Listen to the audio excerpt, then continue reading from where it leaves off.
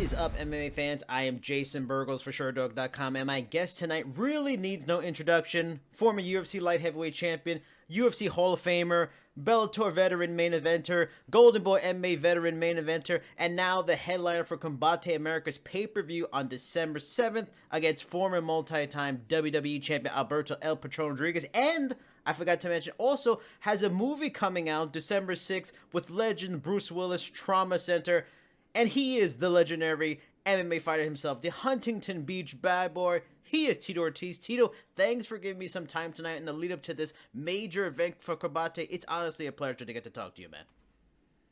Thank you, man. I appreciate it. Just got back from training myself. I still got 2 more sessions ahead of me, but long days as always. You know, this camp has been pretty vicious. You know, with an opponent like Alberto Rio, people think that, you know, you can take days off and so forth. No. This is my legacy. This is my name. I could let him have a lucky puncher's chance. I think it's really important that I just put in the hard work. And I've been doing it now. This is week 15 now, so I've been doing my work, man. Now, there's a lot to talk about. Before of course, we're going to talk a lot about the Alberto fight. One of the key questions I have is your choice of working with Combate Americas. You know, they don't get enough credit, but they have built a solid base audience for themselves and cater to a fight market that is sort of underserved by most MMA promotions in the sport. For you, what intrigued you enough to sign with them? Did it simply boil down to they just gave the best offer? Were there extras in the deal that made it more interesting to you? What made you say Combate Americas? That's the one I've got to go to. Well, you know, I have to say it'd be Campbell McLaren is the number one reason. He's been an amazing guy to work with, and he's gave me a contract that I couldn't refuse. And I really want to spread the brand of mixed martial arts through the Latino market, of course, in Mexico and South America and Chile, and I mean, all across the world in general. And this is a great opportunity for me to be a part of a company that is starting pretty much. I don't want to say brand new, but they're kind of a flashback of when I was with UFC back in the 2000s when the Zuffa bought it, and how like family oriented the company was itself. It wasn't really a corporate company, and this is the feeling that I got with Combate, and I like it. I like that family feeling. I think it should stick like that. That's how you keep fighters happy, is when you take care of them. And Combate and Campbell has been doing an amazing job. They signed me, and I had to turn down other deals, and I want to be a part of a company that starts in the beginning to help them grow and you know, just grow legs to run. And Combate has grown the legs, but now they're time to run. Were there serious offers from, you know, for a return to say Bellator, maybe a rematch with Chael or Ryan Bader, or did even PFL or a one championship make any serious overtures to you that you took them serious at all? Or from when it came time for agency, you looked at the options, Combate really was always the best option for you? You know, I don't want to take anything away from Bellator. You know, Scott did come back and, you know, gave us a number. It was on the low end of the number. And then Combate came out of nowhere and just blew everybody out of the water. And it was just like, wow, how are we going to make this work the right way? Then all of a sudden they said that Alberto Del Rio wants to fight me. And I was like, I'm going to finally I get paid to just train. I don't have to really worry that much about my opponent. I just got to work as hard as I possibly can. And like I said, I don't want to take nothing away from Alberto, having an amateur record, wrestling the Pan Ams, having a mixed martial art record of 9-5. The guy's fought before, so I can't say he doesn't have a puncher's chance. But he does have a puncher's chance. He's a bigger Mexican. You know, he's 6'4". He's a big guy.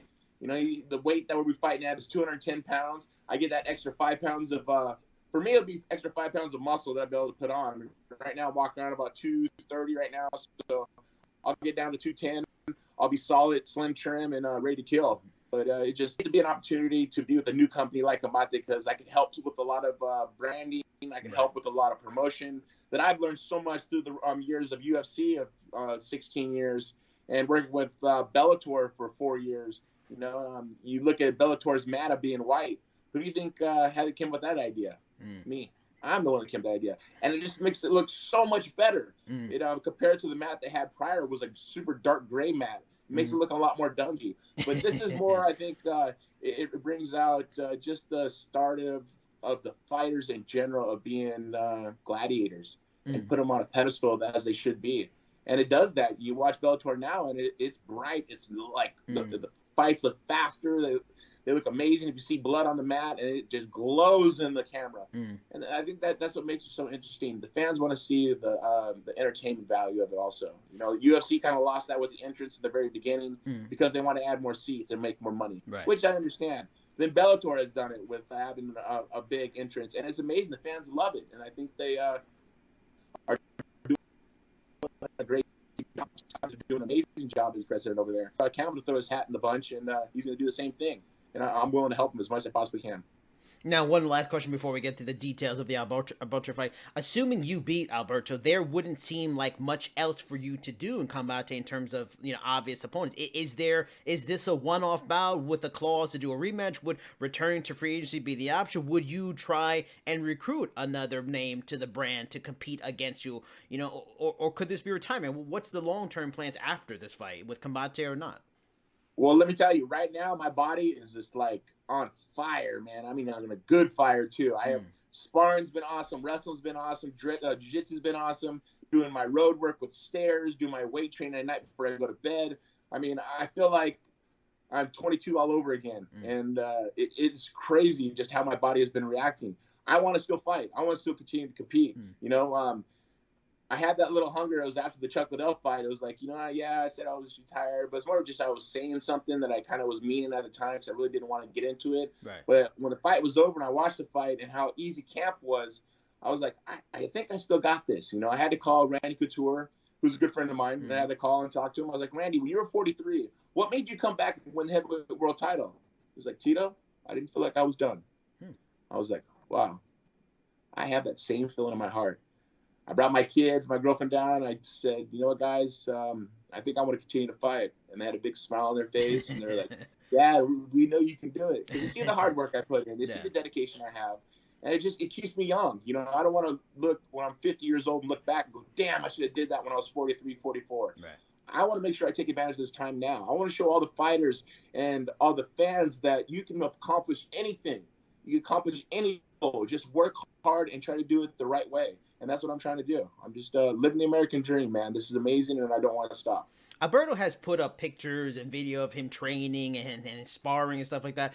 I'm not sure if you've seen it or not, but if you have seen some, what are your thoughts on what you're seeing from him so far in terms of training? Because he's at a very good camp in the MMA lab in Arizona. That's a very good camp. Yeah, I mean, he works with Ryan CB Dalloway. I mean, Ryan Bader, heavyweight world champ and light heavyweight world champ, two-time champ. I think it's just when you take that much time off, it's hard. But I know he's been working the whole year, so you know by the time fight comes around, maybe his timing's a little better. You know, I could see a lot of mistakes that he makes, and the mistakes that he makes, I'll take advantage of the mistakes. His strengths are my strengths with wrestling. Yeah. My jiu-jitsu skills are phenomenally surpass him no matter what. My stand-up skill is something that I have worked on a lot over the last 6 years. And my striking is better than it's ever been. As you've seen against Chuck Liddell, I picked him apart. He even touched me with one punch. And yeah, people say, oh, he was old and this and that. Okay. Well, just put him in there with an average person and he will smoke him. I mean, Chuck is vicious. He's a great fighter. The only time he's lost was against other great fighters. When you fight a great fighter, you're going to lose. That's just plain and simple. Yeah. Now, with Alberto Rio, I watched some of the mistakes that he does have. But there's always that lucky punch, you know, with a guy that size. A lucky punch can end a fight. And I just want to make sure that I fight the way I've always fought, and that's with ferocity and intimidation and pressure and just nonstop adrenaline. Go. And try to finish the fight. I'm not here to finish by, you know, points or, you know, by a judge. I want to finish a fight by a knockout or a submission. I want to finish a fight. The referee rips me out because there's blood everywhere. I want to entertain the fans. That's been my job since day one of 22 years. Now, you know, he has that wrestling background. I know he went to the Olympic trials or whatever back in the day, but he still is not going to be able to make up the wrestling, or at least grappling gap with you because he's been doing it too long. He's not going to be able to make up the striking gap with you because he's not going to have enough repetitions to ever really do that at this point. It seems like a one punch, puncher's chant kind of fight. You are one of the best to do it in terms of fight promotion. People want to watch you to cheer you on or to see you get beat up. But either way, they want to watch you. This seems like a lopsided fight, but it is still notable and especially important for Combate. Simply sell the people watching on why they need to watch this and why it will be more competitive than they might think. In a way, I want you to sell me on why Alberto has a chance against you. Well, you know why I think Alberto has a chance? Because he is Mexican. He has some big balls. This guy could have fought anybody, but he believes he could beat me. And I put a little twist on it. Is I have my light heavyweight world championships. Actually, you can see them right behind me. I have 6 of those right there. I put one of these on the line. He has the heavyweight title from WWE. Yep. He's willing to put that on the line. Winner takes all. I'm in for it. I've been a huge WWE fan. To have a world championship belt from the WWE would be amazing. My kids will love it. So this is a goal for my kids, not just me, but for my kids to have that belt. And I'm going to give them an early Christmas present. And it's going to be that WWE Heavyweight World Championship belt. But it's my legacy. Of course, I'm competing against somebody that people say, oh, you shouldn't be competing against them. Listen, I'm 44 years old. I understand my limitations. Yeah. I understand what I need to do for a fight. I understand how vicious I can be for a fight. Now, people kind of take my age for granted. Well, they're counting their chickens before they hatch. I still feel young. I'm strong. I'm on point. People see my fight against Chuck. I made him look old because I am that much better than I was 6 years ago. 6 years ago, I was in a bad place. I was in a bad time. I was in a bad relationship. I just wasn't the real Tito, I don't think. I wasn't the real man that I can be. And now that I am, it's nice to show off my skills. And on Saturday, December 7th, live on pay-per-view, I will show my skills off once again. And I'm not taking nothing against Alberto Rio. Either he takes an ass whipping for 3 rounds, or I'm going to finish him quick. One or the other, he's taking an ass whipping. Now, I have, of course, because I have a lot of questions for you that don't relate maybe to the fight, because what you say, it matters in this sport. You are a legend in the sport. You've done so much, And speaking of your past and stuff like that, how did you feel about your portrayal in the ESPN 30 for 30 documentary about you and Chuck? Were you satisfied with it? Were you happy with the finished product of how it came out? I would have to say about 70%. I was happy about 70% of it. The rest, it was really unnecessary. If Dana called me a stupid man, if I was such a stupid man, why would I have the home I have? Why would I have the cars I have? Why would I have a multi-million-dollar contract I just signed? If I'm that stupid, why are people still talking about it? Why am I relevant after 22 years? It just, a person to cut down on another man's character just shows that I'm a threat to him, which is, it shouldn't be. Dana has made $4.5 billion, and he couldn't cut any of us fighters' checks. Chuck Liddell still has to fight to pay his bills. I still have to fight to pay my bills. I still have to work to pay my bills. I should never have to work after a 16-year career with UFC. I mean, I should have been making 20 to 25 million a fight after every one of those fights. I remember having a conversation with Dana and him saying, once you start making Mike Tyson pay-per-view, you'll start making that type of money. Shit. I made that type of pay-per-view, and I only made $1.5 million, and he made over 70 million. I you know what? I signed a contract. It's honest. I signed a contract, and that's why I wanted to fight. I'm a fighter. And yes, when the business model came in later on in my career, and I should have stood my ground, I should have said things, but on ESPN, it was just, it was really character assassination that he tried to show on me. It was a lot worse than that prior to that. I had to send almost a cease and desist to them, telling them I'll sue them if they let it go. And they cut out a lot of things. And people got to understand, that went through 19 edits. The first time it went through, the director Brown, he actually had the story right. He had the story not one-sided. It wasn't Dana and the UFC and Chuck Liddell versus Tito Ortiz. It was it was Chuck and Tito. It was Chuck Liddell was in the line. I defended my title once against Yuki Kondo. Chuck Liddell fought on the same. I defended my fight once against Evans, and I beat him. That same night, Chuck Liddell fought Jeremy Horn. Chuck Liddell got choked out on that fight. Then the next fight, I fought Elvis Sinisek because Chuck Liddell got knocked out by Jeremy Horn. Jeremy Horn fought Sinisek, Horn. That's how Elvis Sinisek got the fight. It was never an opportunity that I was afraid to fight Chuck. I wanted to fight for the real money. If we were making real pay-per-view, I wanted to fight for the real money. And that's all it was. They never told that story in ESPN's 30 for 30. Like I said, it was, as Dana said, this was against Tito, Dana, and Chuck. It wasn't never about Chuck and Tito. It was a UFC Dana and Chuck against me.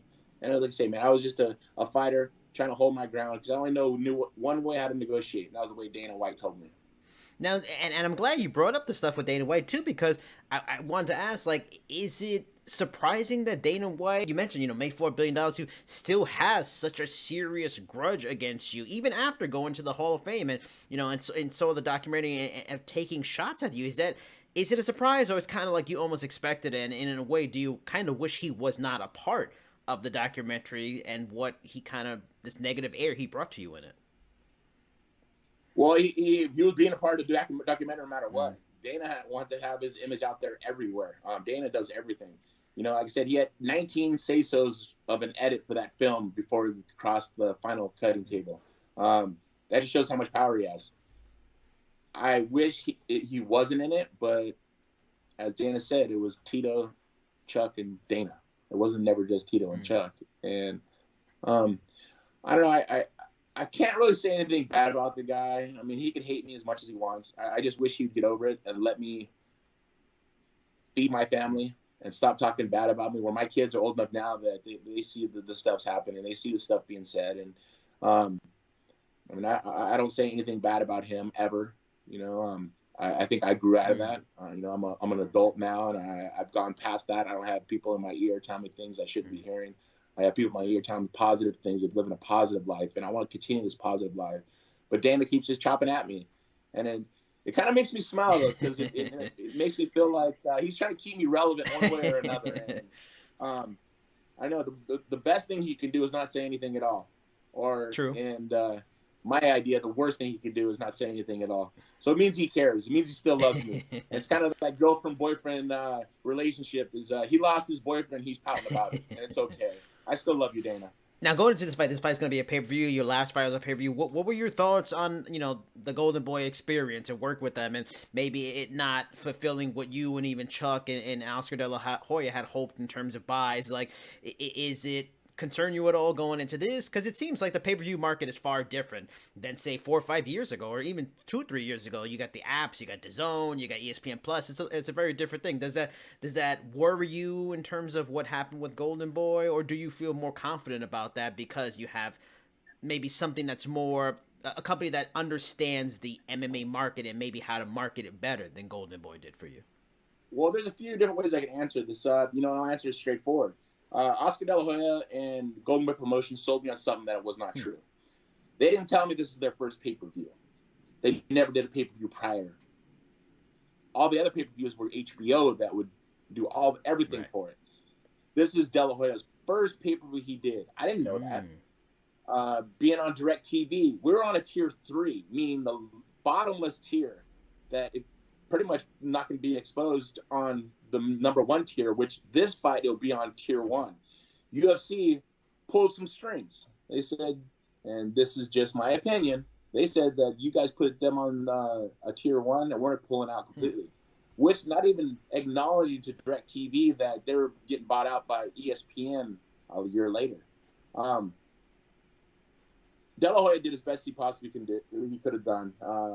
Golden Boy Promotion did the best they probably could have done. But they didn't understand the model of selling a pay-per-view. Now, with Campbell, it's been different. I've been doing PR nonstop, and it's like put the big smile on my face. Yeah. I'm like, yes, I'm not the only one doing PR. Chuck Liddell's not the only one doing PR. Yeah. We actually got a PR team. We got people working where we're like doing things that are big, and I'm happy about it. I want people to know about this fight. I want people to see it. And I wish people were able to see when I fought Chuck Liddell last year, but they did, and it was all pirated. It was all on the internet, and hopefully Campbell can have his people knock it down where all that pirate stuff does not happen, and people get a chance to actually buy it on pay-per-view. And that's another great thing too, is now that UFC is with ESPN Plus, people got to go through all kinds of hoops and jumps and fire just to even watch the pay-per-views.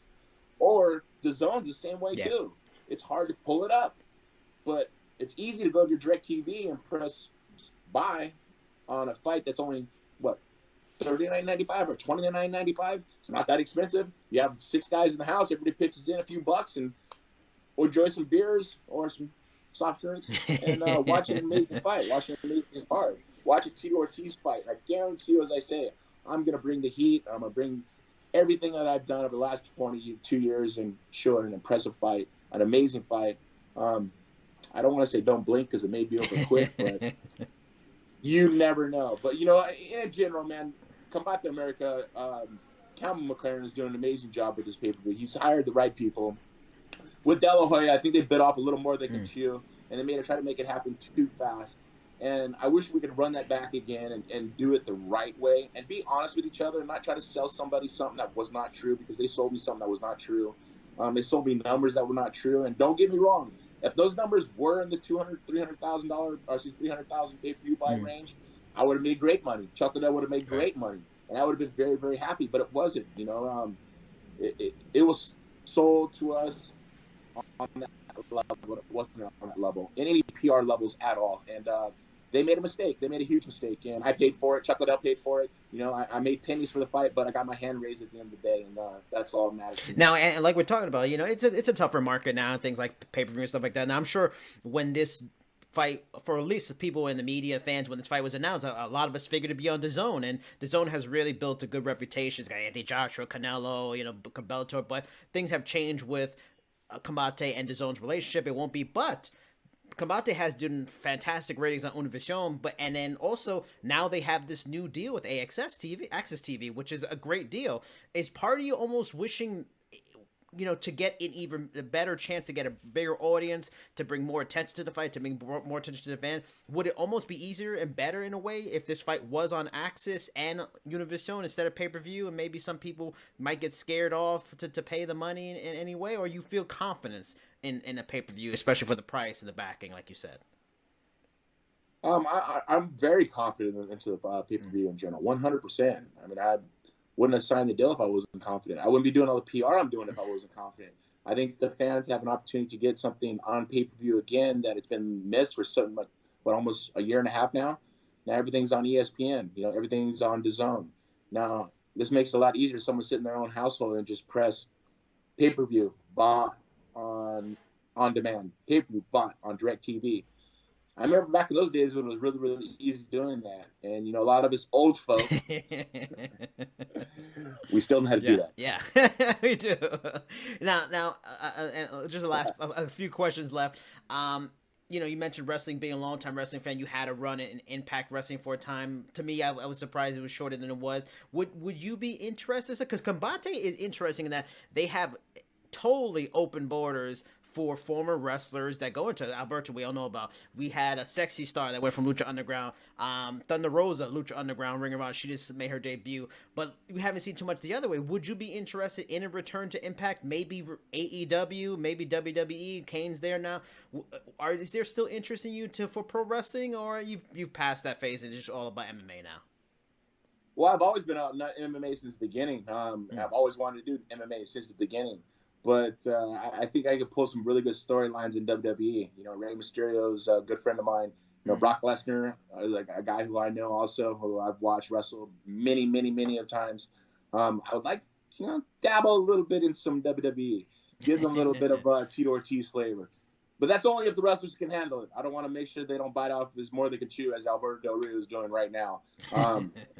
But, I think I could be a little charismatic, a little more over the top than I am in pro fighting. Just because of pro fighting, you got to make sure you kind of do the right things to not make it into a professional wrestling match. This is a fight, and people don't get this wrong. This fight against me and Alberto Del Rio, it's a fight. This is a fight for my life. This is a fight for my legacy, for my name, for everything I've worked for the last 22 years. This is far from a wrestling match. So don't get too misconstrued, guys and girls. This is a real fight between me and Alberto Del Rio. But if I did step in to a wrestling match, it would be with WWE, if anything. Shane McMahon is a friend of mine. He gives me tickets to me and my kids every time they're here on the West Coast. And he's an awesome guy, an awesome wrestler at the same time. He's a businessman. He's a family man. He's a great guy. And I respect him hugely. So you never know. We'll see what happens in the future. Hulk Hogan came back to the WWE. That's true. He needs someone. I got his back. Now, last question. I mean, this is going to be a big weekend for you in terms of Friday you got a movie, Saturday you got a fight. Tell me about this movie. You got Trauma Center coming out December 6th. Working with Bruce Willis. That's a big deal. Like, what was the experience like? How did the movie come together? What's the movie about? So people that are watching this are interested to see you in another movie. Well, it was actually Bruce Willis, Nikki Whalen, Texas Battle, and myself. Texas Battle is actually played by my partner in the film. We're police, and this girl finds out some information that we end up shooting someone who she thinks or who she knows, and she thinks she's seen him, but she wasn't sure if she's seen him or not. And we go through a cat and mouse game through a hospital, and I chase the star with Nikki Whalen around, and I do some pretty vicious things, man. Some things that scared the hell out of me. No, I'm serious. Now I understand how actors kind of go crazy sometimes just to put themselves in those roles. I had to reach deep, deep down. I want to thank the director, Matt. I always don't pronounce his name right. It's like Ikeski or Ikeski. So I apologize, but he directed me the right way, man. He pulled me aside and he gave me some things, some tips, some little pointers that made me remind myself of the coaching classes and the acting classes I did and the coaching stuff that I worked on. But the film is going to be pretty crazy, man. Some of the things I do, I had to bite down a couple times because I felt bad. Interesting. The vicious things I did, but I understand it is acting. But I got to find my character. My character was a pissed off cop who wasn't making money, and I had to make some great money. And this girl's gonna rat on me, or not rat on me. She's gonna tell on me. She's gonna tell the police who I truly am. And me and my partner chased her around the hospital, chasing her around, and I get to do some vicious things to her, and it scared the hell out of me. But so you're the bad guy in this. You're the villain. Yeah, I'm a villain, and I play a good villain. And it's scary because I play too good of a villain. I want to play a good guy. I want to play a rock type of role. But, hey, you know what? Working with, Emmett and Furlong Films. Those guys are amazing. Randall Emmett, who's a friend of mine, producer. He's an amazing guy. He gave me an opportunity to be in this film. And when they gave me the script and I got to the set, the script was totally different, so I kind of had to find a different role about it, but I did, and it was good. Kind of on the fly, and it was fun. It was a great learning experience for me, and something to kind of add to my repertoire and add another layer of my acting skills. But I still got a lot to go. Acting isn't easy. It's something you can do overnight. It takes a lot of work, a lot of dedication. I have that same type of dedication from my fighting world. And everything I do, I just put as much work as possible and work as hard as I possibly can. And I'm willing to fail. That's my strength, is I'm willing to fail and learn. Do you feel that because you're known as the Huntington Beach bad boy, you've been viewed as like a villain character in certain ways in MMA? Do you feel like you're typecast? Do you feel like it hurts you in terms of casting? Taking on a role like this, maybe you got to go to another level. Maybe we will eventually get to see the Tito Ortiz romance comedy at some point. Well, at times, you never know. Times can change. Right now, I've stayed away from a lot of bad guy roles. I've had so many thrown at me, a bunch of them, and I got to say no. I've said no at least 20 times this year, just because I don't want to be stereotyped. But to work with Bruce Willis, I couldn't say no. Come on, work with Bruce Willis. And Nikki Whalen and Texas Battle. I learned so much by working with them. It was just, it was amazing. Like I said, once again, Matt, the director, he was an amazing director. I wish I could work with him in the future even more, because I know I could learn a lot more. But getting stereotyped, I've turned down a lot of roles because of that. And, I have a lot more in my heart. I have a lot more in my mind to show on camera and not just be the vicious, thrashing villain guy. Yeah. I don't know. Everything happens for a reason. Everybody has a start, and everybody has a beginning, and everybody has an end. And I've had my beginning. I've had my start. And where I'm middle and where I end is far from over. So I have a lot more to do.